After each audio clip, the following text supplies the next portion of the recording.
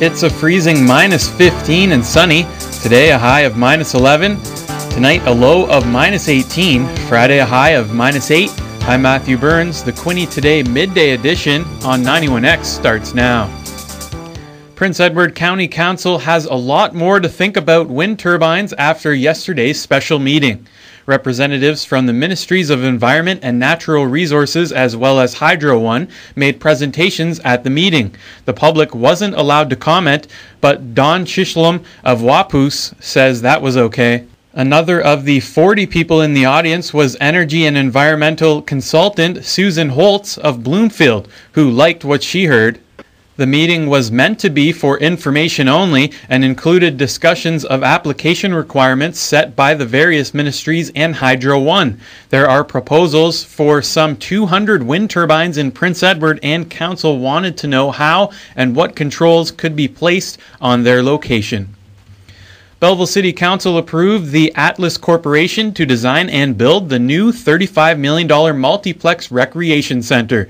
Atlas was the lowest of three final proposals to come in just under $28 million, and city staff and council seemed confident Atlas presents the best value for the proposal. But $35 million is a lot of money. Where is it coming from?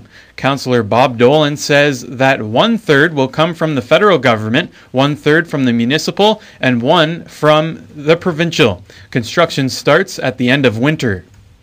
A 16-year-old boy convicted yesterday of murdering his own mother will be in court again in March for a pre-sentence report, results of a psychiatric evaluation, and sentencing submissions.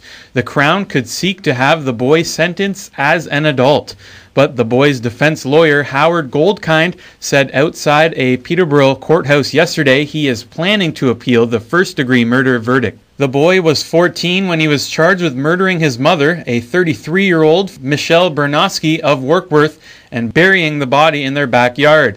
She was shot 7 times in the head, once in the neck, and bones in both her arms were broken. The family still has the trial of the boy's common-law uncle to face in January. The Belleville Bulls have made a major trade with the Kitchener Rangers. Matthew Tipoff is off to the Rangers along with Belleville's first-round pick in the 2010 OHL priority selection.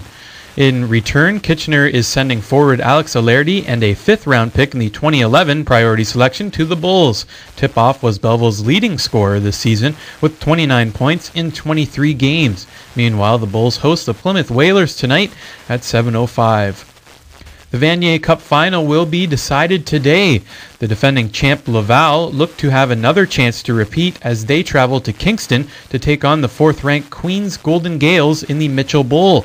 Meanwhile, later in the day, the UTEC Bowl in Halifax will see number 6 St. Mary's looking to upset number 2 Calgary. The winners will face off in Quebec at the University of Laval on Saturday, November 28th. Bad weather conditions have forced a delay of the LPGA Tour Championship. The season's final tournament may be cut to 54 holes or not be completed until early next week. Second round play at the Houstonian Country Club has been knocked back to this afternoon. Rain delayed play most of Friday. Lorena Ocha is the leader at 6 under, but she hasn't played since Thursday. All but one Canadian team hit the ice for a busy day in the NHL. The lone afternoon game sees the Los Angeles Kings hosting the Calgary Flames. Tonight, Toronto is looking for its first win in 6 games as Washington comes to town. Buffalo is in Ottawa, Montreal welcomes Detroit, and Edmonton faces Chicago. That's sports. Here's 91X weather. Accepting free gifts as a journalist could hinder their reputation with a perception they can be bought. But despite that, more and more journalists are taking free things in the industry. The internet's created this feeling that you're both a reporter and a columnist and a gossiper, and it leads to people taking a lot more freebies than I think is at all appropriate. Toronto Star movie critic Pete Howell says the common offering is a free dinner. A long time ago, a guy once said, "If you do this story, I'll buy you a really big dinner." And I said, "Do I look hungry to you?" I mean, kind of bizarre. But Globe and Mail sports columnist Dave Schultz isn't shy when it comes to free meals. Like sometimes we buy dinner for contacts, and it's just sort of the it's good business to maintain relations with people, you know, you do business with. Most companies have their own code of ethics guideline. The problem, though, most of the popular journalists these days work for themselves. This means they aren't subject to the ethical guidelines from a real media outlet. Like they recently had a trip for the movie Couples Retreat, which was in Bora Bora. They filmed it in Bora Bora, and they flew journalists to Bora Bora, but most people that went were not real journalists. They were more like freelancers, and they were like blog writers and sort of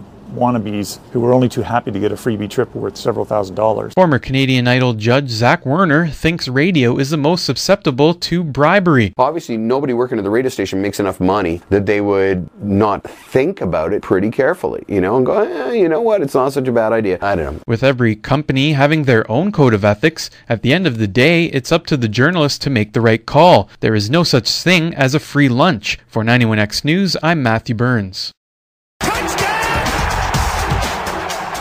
It was just a year ago the Montreal Alouettes lost the Grey Cup to Calgary. Now they have the chance to get that bitter taste out of their mouth when they face the Rough Riders on Sunday. Montreal is the favorite with a record of 15-3, but Rough Rider defensive back Stevie Baggs says they understand their role. Definitely comfortable with the underdog tag because we understand, like you said, they're a 15-3 team. So, and we're 10-7. We're a 10-7-1 team, so it's only fair. Montreal has been in 3 of the last 4 title games. The problem is they've lost all of them. Alouette linebacker Diamond Ferry is only worried about stopping Saskatchewan quarterback Darian Durant. The thing about playing against him, you never know what you're going to get. Are you going to get the pocket pass? Are you going to get the scrambler?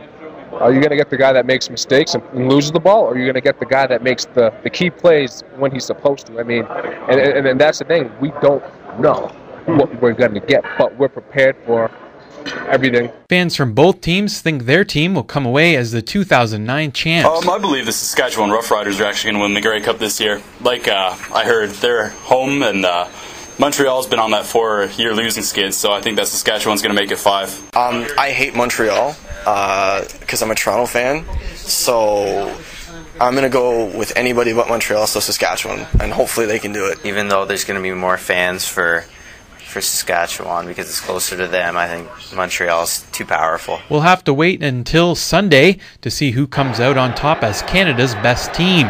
For 91X News, I'm Matthew Burns.